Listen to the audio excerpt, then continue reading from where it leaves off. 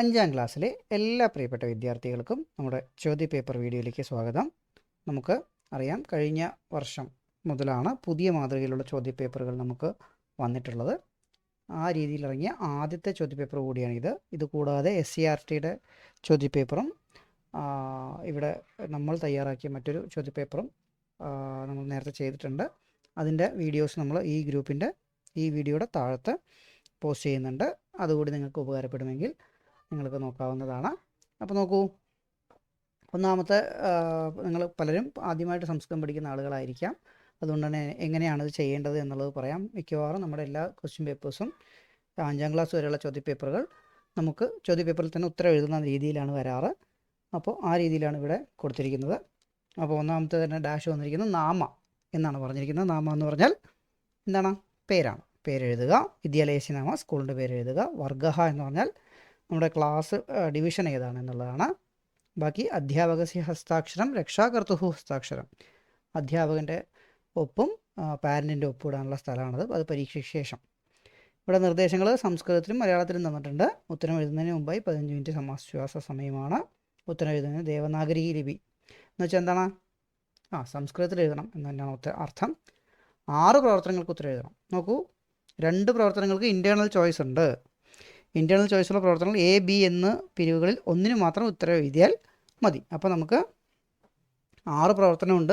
അതിൽ 1-നും 4-നും A, B എന്നുള്ളതുണ്ട്, options ഉണ്ട്. അപ്പോൾ അതിൽ ഏതെങ്കിലും ഒന്ന് മാത്രം നമുക്ക് എഴുതിയാൽ മതി എന്നുള്ളതാണ് പറഞ്ഞിരിക്കുന്നത്. അപ്പോൾ നമുക്ക് ചോദ്യപേപ്പറിലേക്ക് നേരിട്ട് പോകാം. നോക്കൂ, പ്രവർത്തനം 1A എന്താണ്? ഉദാഹരണാനുസാരം വാക്യാനി പൂരയത്. ഉദാഹരണം അനുസരിച്ച് വാക്യങ്ങൾ പൂരിപ്പിക്കുക. അവിടെ നോക്കൂ, ഉദാഹരണം നൽകിയിട്ടുണ്ട്. അതനുസരിച്ച് താഴത്തെ വാക്കുകൾ എന്ത് ചെയ്യണം? പൂരിപ്പിക്കാനാണ് പറഞ്ഞിരിക്കുന്നത്. ബാലഹ പഠതി ബാലാഹ പഠന്തി എന്നുള്ളതാണ് ഉദാഹരണമായി തന്നിരിക്കുന്നത്. നോക്കൂ, കുട്ടികൾ പഠിക്കുന്നു, കുട്ടി പഠിക്കുന്നു, കുട്ടികൾ പഠിക്കുന്നു. അപ്പോൾ ആ രീതിയിൽ ബാലിക ലിഖതി, ബാലികാഹ എന്താണ് ഉത്തരം വരിക? ബാലഹ പഠതി ബാലാഹ പഠന്തി ആണെങ്കിൽ ബാലിക ലിഖതി ബാലികാഹ ലിഖന്തി എന്നുള്ളതാണ് ഉത്തരം വരിക. അടുത്ത മേഘഹ ഡാഷ് എന്നാണ്. ഇവിടെ മേഘാഹ വർഷന്തി. അപ്പോൾ എന്താ വരിക? വർഷന്തി എന്നുള്ളതിൻ്റെ ഏകവചനം മേഘഹ.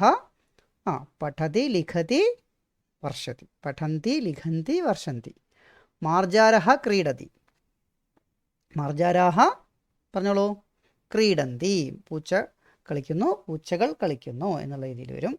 മഹിള ഡാഷ്, മഹിളാഹ നൃത്യന്തി എന്ന് ഇവിടെ പറഞ്ഞിട്ടുണ്ട്. അപ്പോൾ മഹിള എന്താണ്? നൃത്യതി എന്നുള്ളതാണ് വരിക. ഓക്കെ, വളരെ എളുപ്പമുള്ളൊരു പ്രവർത്തനമാണ്.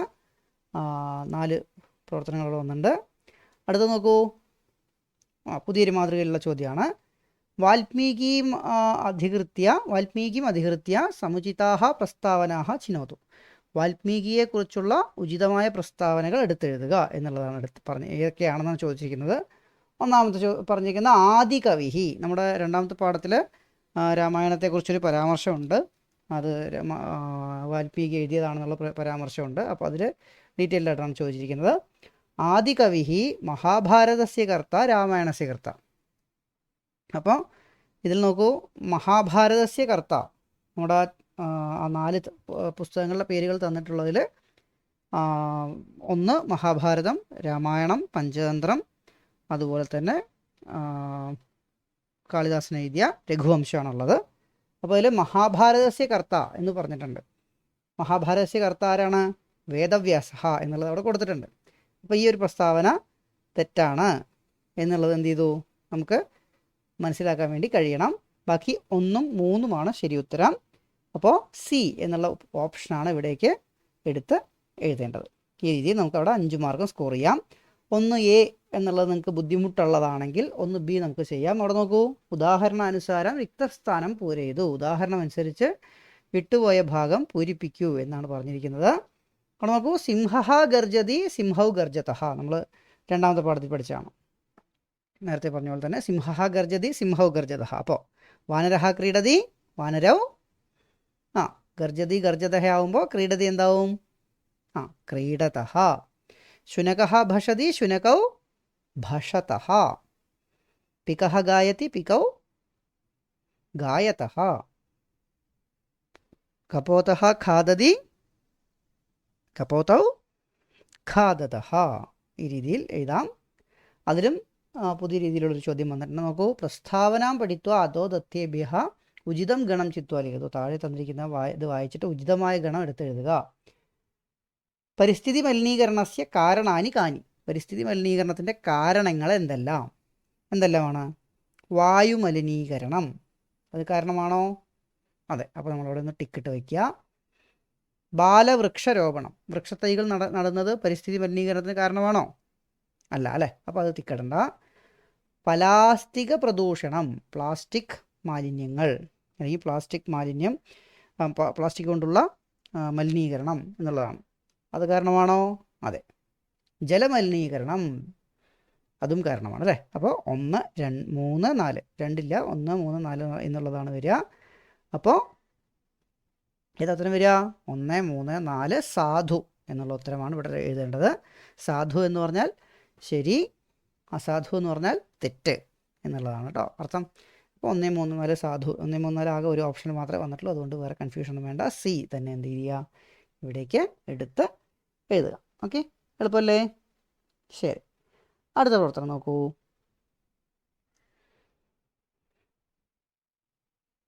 പ്രവർത്തനം 2. അധോദത്താം ഖണ്ഡികാം പഠിത്വ ഏകൈകസ്യ ചിത്രസ്യ അധഃ സമുചിതം നാമ ലിഖതു. താഴെ കൊടുത്തിരിക്കുന്ന പാരഗ്രാഫ് വായിച്ച് ഓരോ ചിത്രത്തിനും ഉചിതമായ പേര് നൽകുക. അതായത് പൂച്ചയുണ്ട്, നായുണ്ട്, അതുപോലെ ചക്കയുണ്ട്, അല്ല പ്ലാവുണ്ട്, അതുപോലെ തന്നെ ഹംസം എന്നുള്ള അരയനോ ഉണ്ട് അല്ലേ. അപ്പോൾ ഇവിടെ നോക്കൂ, ഇത് മുഴുവനും വായിക്കാൻ നിങ്ങൾ നിൽക്കേണ്ട കാര്യമില്ല. ഇവിടെ അടിവരയിട്ടിട്ടുണ്ട്, ഉദ്യാനം എന്നുള്ള ടിക്കറ്റുണ്ട്, അടിവരയിട്ടുണ്ട്, അതിവിടെ എഴുതി. ഈ പനസഹ എന്ന് പറയുന്നത് ഏതാണ്? പ്ലാവാണ്. ശുനകഹ എന്ന് പറയുന്നത് എന്താണ്? നായയാണ്, നമുക്കറിയാം. മാർജാരഹ പൂച്ചയാണെന്നറിയാം. ഹംസഹ എന്താണ്? അരയന്നമാണ്. അപ്പോൾ ഇതൊക്കെ നമ്മൾ പാഠഭാഗത്തിൽ പഠിച്ചുകൊണ്ടിരിക്കുന്ന വാക്കുകളാണ്. അതുകൊണ്ട് തന്നെ എല്ലാ ജീവജാലങ്ങളുടെ പേരുകളും മരങ്ങളുടെ പേരുകളും പുസ്തകങ്ങളുടെ പേരുകളും എല്ലാം നല്ല രീതിയിൽ എന്ത് ചെയ്യണം? കൃത്യമായിട്ട് ഓർത്തു വയ്ക്കണം. ഓക്കെ, അടുത്ത നോക്കൂ. അധോദത്തെ പ്രസ്താവനയെ പഠിത്വ സമുചിതം ഗണം ചിനോതു. താഴെ കൊടുത്തിരിക്കുന്ന പ്രസ്താവനകൾ വായിച്ച് ഉചിതമായ ഗണം തിരിച്ചറിയുക. അപ്പോൾ ഈ പ്രസ്താവനകൾ ഏതൊക്കെയാണ് ശരി, ഏതാണ് തെറ്റെന്നുള്ളത് നമ്മൾ എന്ത് ചെയ്യണം? ഒന്ന് നോക്കണം. നോക്കൂ, പ്രസ്താവന ഉദ്യാനം സുന്ദരം ഭവതി. എന്താണ്? ഉദ്യാനം സുന്ദരമാണ്. കാരണം എന്താണ്? ഉദ്യാനെ അശോകം ചമ്പകം ഇത്യാദീനി പുഷ്പാണി സന്ധി. നമ്മുടെ പാഠത്തിൽ പഠിച്ചിട്ടുണ്ടല്ലേ? അശോക ചമ്പക മന്ദാരാണം ലസന്തി നൂതന കുസുമാനി എന്ന് പഠിച്ചിട്ടുണ്ടല്ലേ? അപ്പോൾ ഉദ്യാനം സുന്ദരമാണ്. അതിൻ്റെ കാരണം അവിടെ എന്തുണ്ട്? അശോകം ചെമ്പകം തുടങ്ങിയ പൂക്കളുണ്ട്. അത് രണ്ടും ശരിയല്ലേ? അപ്പോൾ രണ്ടും ശരി എന്നുള്ളത് വരുന്നത് ഏതാണ്? സാധു പ്രസ്താവന കാരണം. പ്രസ്താവനയും കാരണവും ശരിയാണ് എന്നുള്ളത് എന്ത് ചെയ്യുക? എടുത്ത് എഴുതുക. അപ്പോൾ അതേത് ഓപ്ഷൻ? സി. 3 ഓപ്ഷൻസ് ആയില്ലേ? സി തന്നെ ഉത്തരം വരുന്നു. നോക്കൂ അടുത്ത്. മാർച്ച് 21 അന്താരാഷ്ട്രീയ വനദിനസ്യ പ്രചാരണാർത്ഥം ഭിത്തിപത്രികാം രചയിതു. ഒരു പോസ്റ്റർ ഉണ്ടാക്കാനാണ് പറഞ്ഞിരിക്കുന്നത്. നമ്മൾ 3ാമത്തെ പാഠത്തിൽ ഒരു പോസ്റ്റർ ഉണ്ടാക്കുന്നുണ്ട്. ബാലവൃക്ഷം പുസ്തകം ഭൂമിം രക്ഷതു, അതുപോലെ തന്നെ വൃക്ഷം രോപയതു ഭൂമിം രക്ഷതു എന്നുള്ള രീതിയിലുള്ള ഒരു പ്രവർത്തനം നമ്മുടെ പാഠപുസ്തകത്തിൽ വരുന്നുണ്ട്. ഇവിടെ നോക്കൂ, ബാലവൃക്ഷം പ്രകൃതിം എന്നുള്ള സൂചനകൾ തന്നിട്ടുണ്ട്. രോപയതു സംരക്ഷയതു. ഇപ്പോൾ രോപയതു എന്നുള്ളത് നമുക്കറിയാം എന്താണ്? നടു എന്നുള്ളതാണ്, നടുക. പ്രകൃതിം രക്ഷതു, അപ്പോൾ ബാലവൃക്ഷം രോപയതു പ്രകൃതിം രക്ഷതു എന്നുള്ളൊരു പോസ്റ്റർ അവിടെ എഴുതി ഉണ്ടാക്കിയാൽ നമുക്ക് ആ ഒരു പ്രവർത്തനം പൂർത്തീകരിക്കാൻ വേണ്ടിയിട്ട് കഴിയും. അടുത്തത് പട്ടിക പഠിത്വ ഉദാഹരണാനുസാരം വാക്യാനി ലിഖതു. പട്ടിക വായിച്ച് ഉദാഹരണം അനുസരിച്ച് വാക്യങ്ങൾ എഴുതുക. പികഹ ശശകഹ കേകി. പികഹ എന്ന് പറഞ്ഞാൽ എന്താണ്? നമുക്കറിയാം അല്ലേ? കുയിൽ അല്ലേ? പികസ്തു ഗായതി അല്ലേ? ശശകഹ എന്ന് പറഞ്ഞാൽ എന്താണ്? മുയൽ അല്ലേ? ശശകഹ കുഹരേ നിവസതി പറഞ്ഞിട്ടുണ്ട് അല്ലേ? കേകി മയിൽ. അപ്പോൾ ഇതിൽ ശശകഹ ധാവതി, മുയൽ ഓടുന്നു എന്നുള്ളത് തോന്നുന്നുണ്ട്. അപ്പോൾ കേകി എന്നുള്ളതിന് ഇവിടെ ചേരുന്ന വാക്ക് ഏതാണ്? ഗർജതി, ഗർജിക്കോ? ധാവതി. മയിൽ ഓടും, പക്ഷെ ധാവതി ആൾറെഡി ഇവിടെ വന്നിട്ട് പറ്റില്ല. കേകി ഗായതി, പാടുവോ? ഇല്ല. പഠതി, പഠിക്കില്ല. കേകി കിം കരോതി? നൃത്യതി. അപ്പോൾ കേകി നൃത്യതി എന്നെന്ത് ചെയ്യുക? ഇങ്ങോട്ട് എടുത്ത് എഴുതുക. അടുത്തതോ പികഹ. പികഹ കിം കരോതി? കുയിൽ എന്താ ചെയ്യുക? പറഞ്ഞോളൂ, ഇതിലേതാ ചെയ്യുക? ഗായതി എന്നുള്ളതാണ് അല്ലേ. അപ്പോൾ ഈ വാക്കുകൾ അറിഞ്ഞാൽ മാത്രമേ നമുക്ക് ഇത് കൃത്യമായിട്ട് ചേരുമ്പടി ചേർക്കാൻ കഴിയുള്ളൂ. അപ്പോൾ പികഹ ഗായതി എന്ന് എന്ത് ചെയ്യുക, പികഹ ഗായതി എന്ന് ഇവിടെ എടുത്തെഴുതുക. പികഹ ഗായതി കേക്കി നൃത്യതി. ഇവിടെ നോക്കൂ, വീണ്ടും 4A എന്ന പ്രവർത്തനം വന്നിട്ടുണ്ട്. അപ്പോൾ നമുക്കറിയാം A, B എന്നുള്ള പ്രവർത്തനങ്ങൾ വന്നു കഴിഞ്ഞാൽ അതിൻ്റെ അർത്ഥം എന്താണ്? ഒരു ഓപ്ഷൻ കൂടി നമുക്കവിടെ ലഭ്യമാണ് എന്നുള്ളതാണ്. അപ്പോൾ എ പോലെ ബി എന്നൊരു പ്രവർത്തനം കൂടി ഉണ്ടാവും. ഏതെങ്കിലും ഒന്ന് മാത്രമേ നമ്മൾ ചെയ്യാവൂ. നമ്മൾ നേരിട്ട് നമ്മുടെ പാഠഭാഗത്തിലുള്ള പോലത്തെ പ്രവർത്തനം തന്നെയാണ്. അജഹ അജൗ അജാഹ. അപ്പോൾ കാക്കഹ കാക്കൗ കാക്കാഹ. ഗജൗ തന്നിട്ടുണ്ട്. അപ്പോൾ ഇതെന്താണ്? ഗജഹ ഗജൗ ഗജാഹ. അപ്പോൾ ആ രീതിയിൽ അവിടെ എന്ത് ചെയ്യാം, 4 മാർക്ക് അവിടെ സ്കോർ ചെയ്യാം. അടുത്ത് നോക്കൂ, വചനാനുസാരം അധ്യേതത്തേഷു ഉചിതം ക്രമീകരണം കിം. താഴെ തന്നിരിക്കുന്ന വചനാനുസരിച്ചിട്ടുള്ള ക്രമീകരണം നമ്മൾ പഠിച്ചു അല്ലേ. കാക്കഹ കാകൗ കാകാഹ അജഹ അജൗ അജാഹ. അതുപോലെ ക്രമീകരിച്ചിട്ടുള്ളതിൽ ഏറ്റവും ശരിയായിട്ടുള്ള ഗണം ഏതാണ്? നോക്കൂ, പികഹ പികാഹ പികൗ ശരിയാണോ? അല്ല. പികഹ പികൗ പികാഹ അത് ശരിയാണല്ലേ. അപ്പോൾ ഏതാണ് ശരിയായിട്ടുള്ള പ്രവർത്തനം? ഏതാണ് ഗണം? 2 മാത്രമാണ്. ഉത്തരം കിട്ടിക്കഴിഞ്ഞാൽ പിന്നെ നമ്മൾ വേറെ നോക്കേണ്ട കാര്യമില്ല. 2 എന്ന് എന്ത് ചെയ്യുക, ഇവിടെ ഉത്തരം എടുത്തെഴുതുക. ഇനി ആ പ്രവർത്തനം കഷ്ടമാണെന്ന് തോന്നിക്കഴിഞ്ഞാൽ 4B എന്നുള്ള പ്രവർത്തനം കൂടി നമുക്ക് എന്ത് ചെയ്യാം, പ്രവർത്തനം നമുക്ക് ചെയ്യാം. A എന്നുള്ള പ്രവർത്തനം ഒഴിവാക്കി B എന്നുള്ളത് ചെയ്യാം. ബ്രാക്കറ്റിൽ നിന്നും ഓരോരോ പദങ്ങൾ എടുത്ത് ഉദാഹരണം അനുസരിച്ച് വാക്യങ്ങൾ എഴുതുക. ബ്രാക്കറ്റിൽ നിന്ന് ഓരോ വാക്കുകൾ എടുത്തിട്ട് വേണം എന്ത് ചെയ്യാൻ. ഇപ്പോൾ ഉദാഹരണത്തിന് നോക്കൂ, മീനഹ മീനഹ. ഇവിടെ എന്തൊക്കെ വാക്കുകൾ പറയൂ? മീനഹ എന്തർത്ഥം? മീൻ. ശുനകഹ നായ. കപോതഹ പ്രാവ്. ശശകഹ മുയൽ. സിംഹ സിംഹം. ഈ രീതിയിൽ വാക്കുകൾ അവിടെ ഉണ്ട്. ഗൃഹേ എന്താർത്ഥം? ഗൃഹേ എന്ന് വെച്ചാൽ വീട്. അതുപോലെ വനേ എന്ന് വെച്ചാൽ, ഗൃഹേ എന്ന് വെച്ചാൽ വീട്ടിൽ. വനേ കാട്ടിൽ അല്ലെങ്കിൽ വനത്തിൽ. കുഹരേ എന്താണ്? മാളത്തിൽ. നീടേ എന്താണ്? കൂട്ടിൽ. ജലേ ജലത്തിൽ. നിവസതി താമസിക്കുന്നു. അപ്പോൾ ഇതിൽ ഓരോരുത്തർ എവിടെയൊക്കെ താമസിക്കണം എന്നുള്ളതാണ് കൃത്യമായിട്ട് നമ്മൾ എഴുതേണ്ടത്. ഇവിടെ നിന്ന് ഉദാഹരണം തന്നിട്ടുണ്ട്. മീനഹ ജലേ നിവസതി. മീനഹ ജലേ നിവസതി. ഓക്കെ, ഇനി അടുത്ത ശുനകഹ കുത്ര നിവസതി. നമ്മുടെ പാട്ടിലുണ്ട് അല്ലേ, ഗൃഹേച്ച ശുനകൗ മാർജാര എന്ന് പാട്ടിലുണ്ട്. അപ്പോൾ ശുനകഹ ഗൃഹേ നിവസതി ഇവിടെ എടുത്തെഴുതുന്നു. അടുത്തത് കപോതഹ കുത്ര നിവസതി. കപോതഹ എന്ന് വെച്ചാൽ പ്രാവാണ്. പ്രാവ് എവിടെ താമസിക്കുക? നീടം അല്ലേ. കാകകദംബ നമ്മുടെ ഒന്നാമത്തെ പാഠഭാഗത്തിലുണ്ട് അല്ലേ. പികസ്തു ഗായതി നൃത്യതി കേകി അങ്ങനെ ഒരു സംഭവമില്ലേ, വേണ്ട പോട്ടെ. കാക്ക ഹംസ കീരകപോത നീടാന്യേവം രചയന്തി എന്നുള്ളതുണ്ട് അല്ലേ. കാക്കഹ എന്താണ്?